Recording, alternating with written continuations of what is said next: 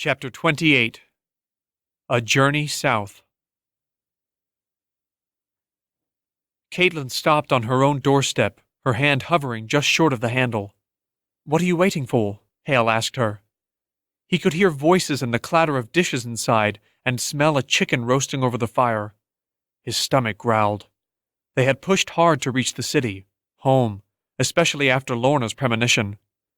Haille was weakened, hungry, and tired, yet on reflection he could understand Katlyn's hesitance better than he let on. After so long away, after facing so many ordeals, they both felt different. Yet the city for all its business was the same. When she knocked on that door, when Haille returned to the castle, would they lose the people they had become? Return to their old identities? "I don't know," Katlyn said. "I just feel like it's not my home any longer." She knocked on the door, like a stranger. Haille heard her aunt exclaim from within, "Who could that be?" Katlyn's cousin Jessamy opened the door. "Katlyn!" There was a rush and then a crush of bodies in the doorway. Tears, embraces, laughter, even a scolding followed. Haille nearly disappeared, unnoticed in the chaos, until wiping her eyes, Katlyn's aunt, a sturdy woman with strong arms and wide shoulders, asked, "And who is your friend?" "This is Prince Haille." Haille felt he was the only one who was eating. Whether it was his own presence or the story Katlyn was weaving of their adventure, Haille could not be sure. But Katlyn's younger cousin sat enraptured, the food on their plates growing cold. Her aunt Elise could not eat for the way her hands covered her mouth, leaving her eyes exposed, showing her worry and concern. Her uncle Rickard was more somber, looking over at Haille more than a few times, as if to take his measure. Katlyn left gaping holes in the story, purposefully, to omit the gravest dangers of Haille's own poor decisions. He noticed magic and the more fantastic elements played down. When it came to her own wounds, Katlyn omitted them completely. This left the question of just what had transpired in the chamber with the font. Elise uncovered her mouth long enough to ask Haille if he was indeed healed. No, he stammered. "I think it was just a legend."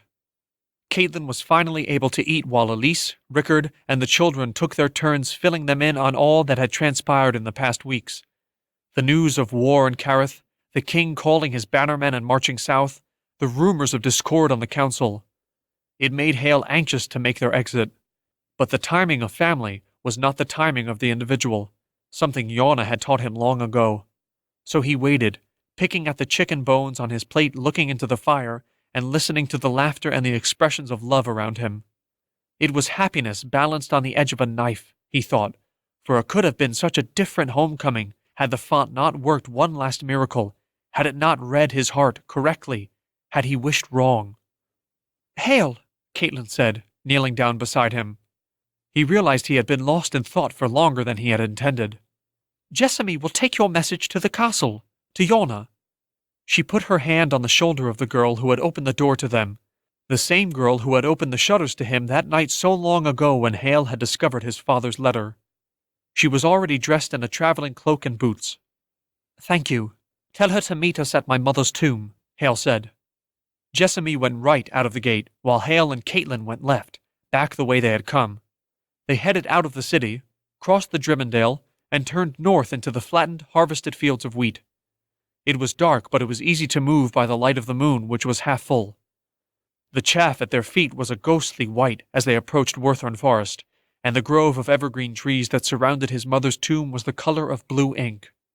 The air was heavy with the smell of fir and cedar as they walked the path between moss-covered stone walls into the clearing. In the center of the space, catching the moonlight and reflecting it in a soft glow, was an obelisk. It would have been the height of 6 men if it were not intentionally broken in the center, like the wound it represented. Val and Cody waited at the base in reverent silence. Behind them grazed their horses and the elk. Even more than the white marble of the monument, the elk's antlers shone in the light like a crown.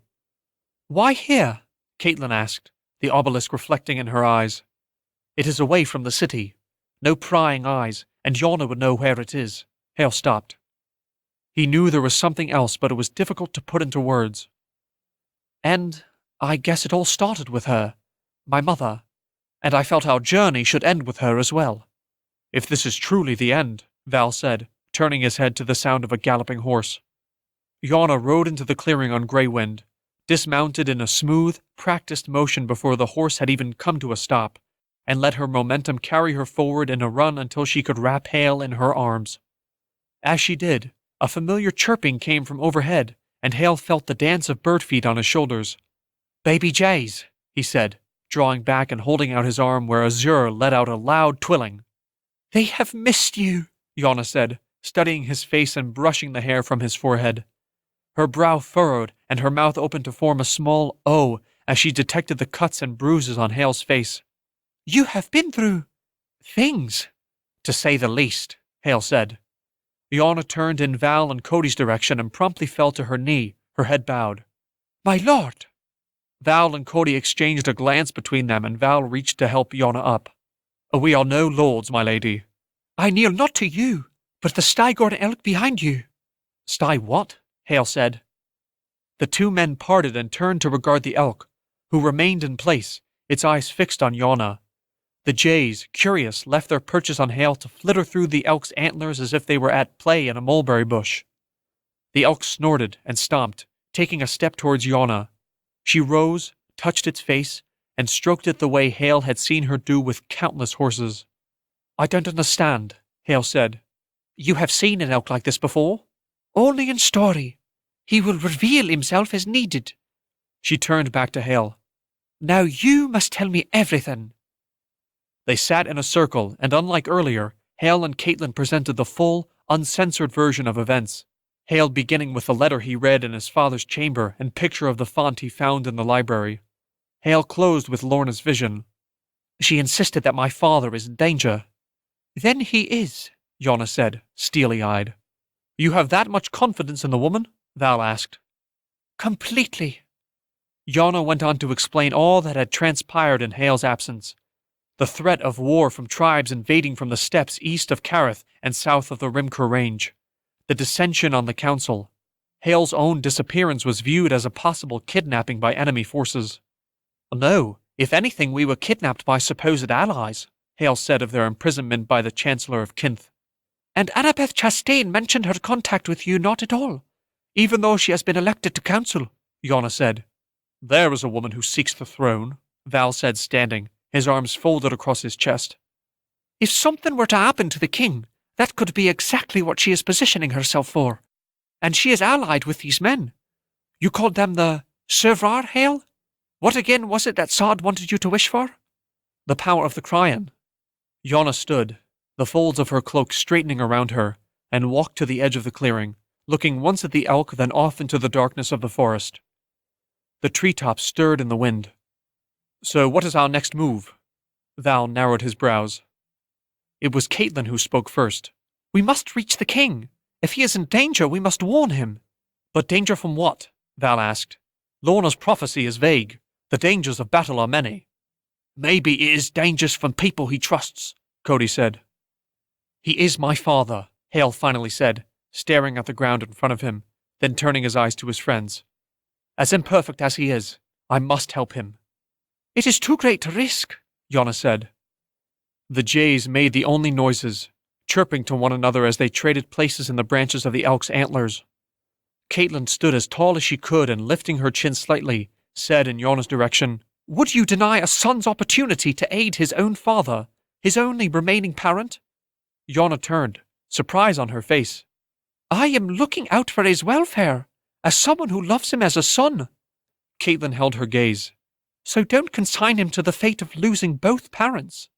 Yana cocked her head sideways, as if perplexed by this child so unafraid of her. "Who are you to speak to me so?" Yana asked. "I speak as a friend," Katlyn said. "And I his family," Yana said, her eyes holding a liquid gleam. In his mind, Haille saw the empty rooms of River Ridge she had left behind, the furniture draped in dust covers, the only movement being the sunlight filtering into those abandoned rooms. A place with a heart torn out. Haille passed by his mother's tomb and placed his hand on Yana's shoulder. At the same time, the elk moved a few steps closer. "Yana," she stiffened and then sighed. "Katlyn is right. You must go. You left the boy. You returned a young man. Sometimes those closest to you are slowest to realize the change. Forgive me if I still look at you and see a boy in bindings. I am who I am thanks to you." She turned at that, touching his hand and squeezing it. "You leave with great companions who will protect you well." She looked past him to Val. "The Knights of Oban are an honourable brotherhood. I know the prince is in good hands." Cody cleared his throat.